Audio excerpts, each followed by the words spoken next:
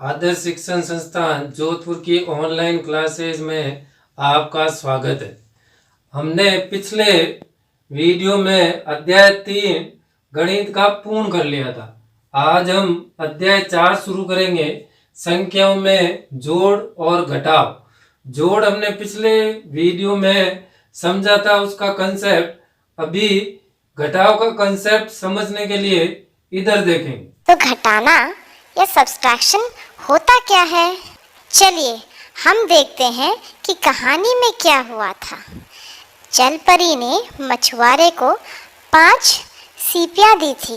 1 2 3 4 5 सीपियाँ।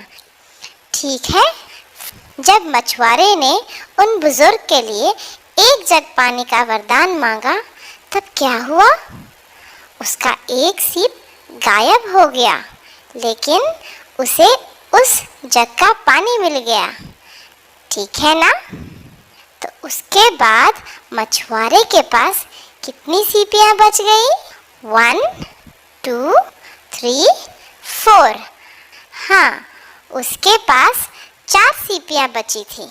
जब मछुआरे ने नदियों और तालाब को भरने के लिए दूसरा वरदान मांगा, तब क्या हुआ? 4 में से एक और सीपी गायब हो गई। तो अब 4 सीप में से कितनी सीपियाँ बची? 1 2 3। हाँ, मछुआरे के पास अब सिर्फ 3 सीपियाँ रह गई थी। तो अब 3 में से एक और सीप क्यों गायब हो गई? अब मछुआरे के पास सिर्फ 2 ही सीप बच गई थी।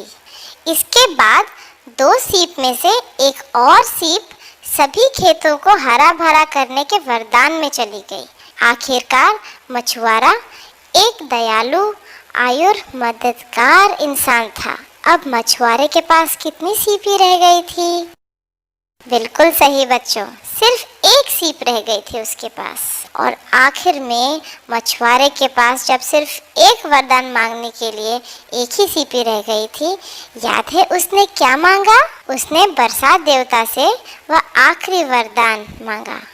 तो जब मछुआरे के पास मौजूद 1 भी सीपी में से 1 भी सीपी चली गई, तो उसके पास कितनी सीप बची? उसके पास अब 1 भी सीप नहीं बची थी। उसके पास 0 सीप बची थी। चलिए देखते हैं कि हुआ क्या था। 5 सीप, 1 सीप चली गई, 4 सीप बच गई। 4 सीप में से 1 सीप चली गई, अब बची 3 सीप।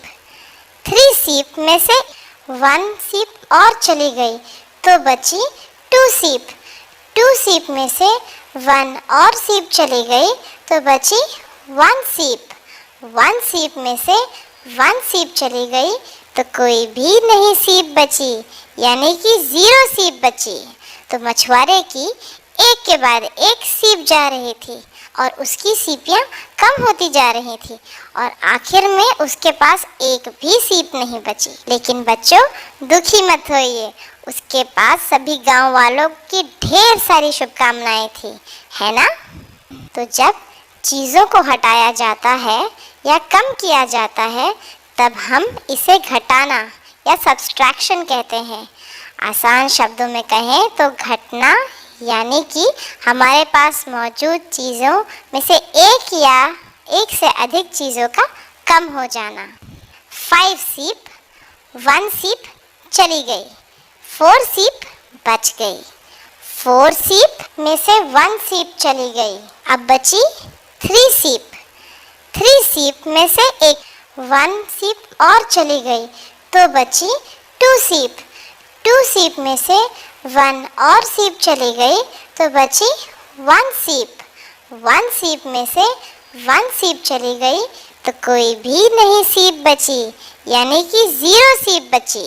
चलिए यहाँ पर बराबर है यानी कि इक्वल टू लिखने के बजाय उसका चिन्ह लगा देते हैं। तो 5 सीप, 1 सीप चली गई इक्वल टू हुआ 4 सीप। 4 सीप में से 1 सीप चली गई तो इक्वल टू हुआ 3 सीप। 3 सीप में से 1 मोर सीप चली गई तो इक्वल टू 2 सीप। 2 सीप में से 1 सीप चली गई तो इक्वल टू हुआ 1 सीप। 1 सीप में से 1 सीप चली गई तो कोई भी सीप नहीं बची, यानी कि इक्वल टू 0 सीप। चलिए हम एक और उदाहरण देखते हैं।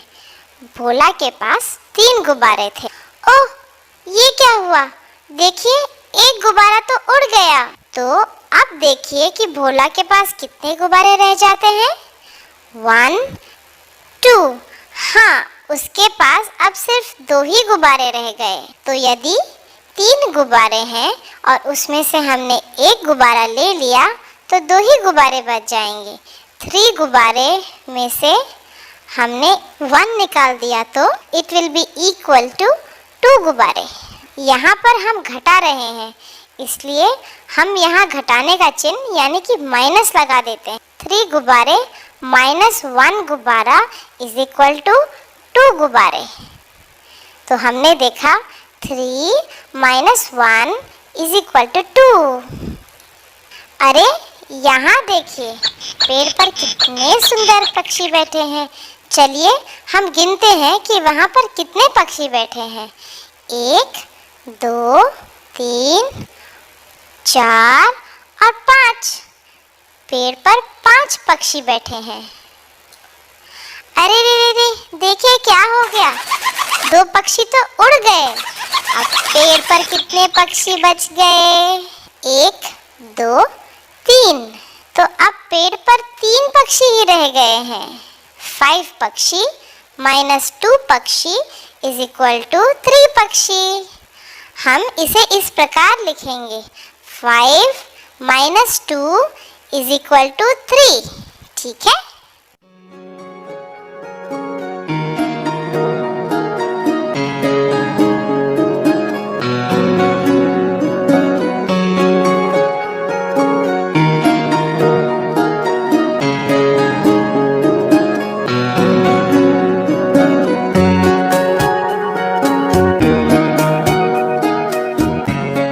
चलिए अब हम इसे जल्दी जल्दी करते हैं। 4 संतरे माइनस 1 संतरा इज इक्वल टू 1 2 3। 3 संतरा।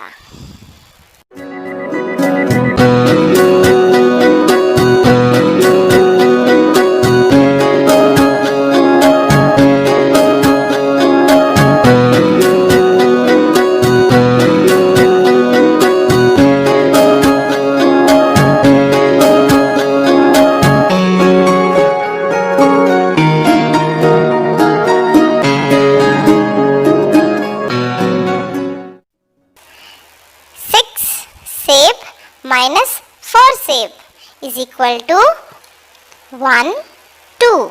2 सेब।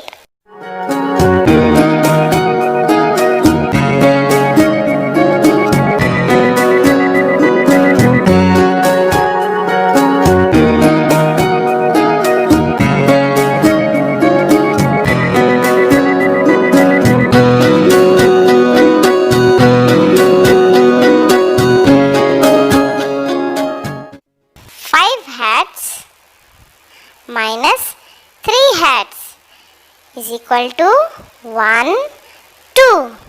हाँ, 2 hats।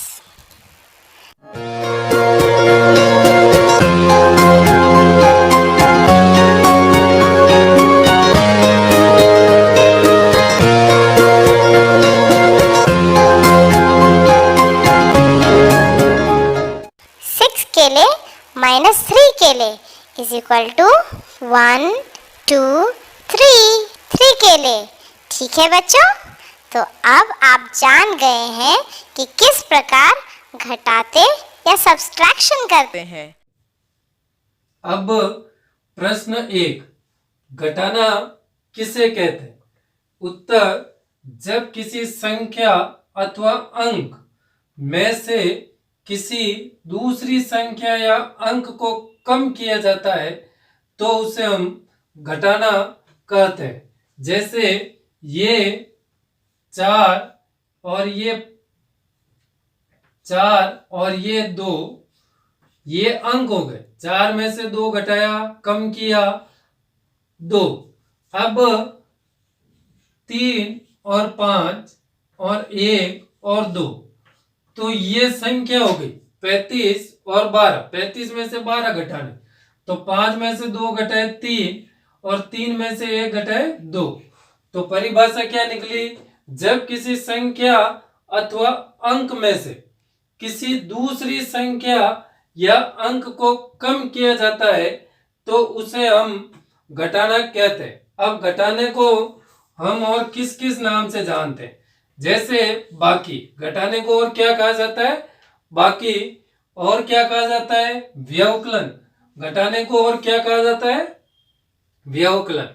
अब घटाने का चिन्ह किस प्रकार होगा? ऐसे, ये लाइन इस प्रकार होगी घटाने के चिन्ह की।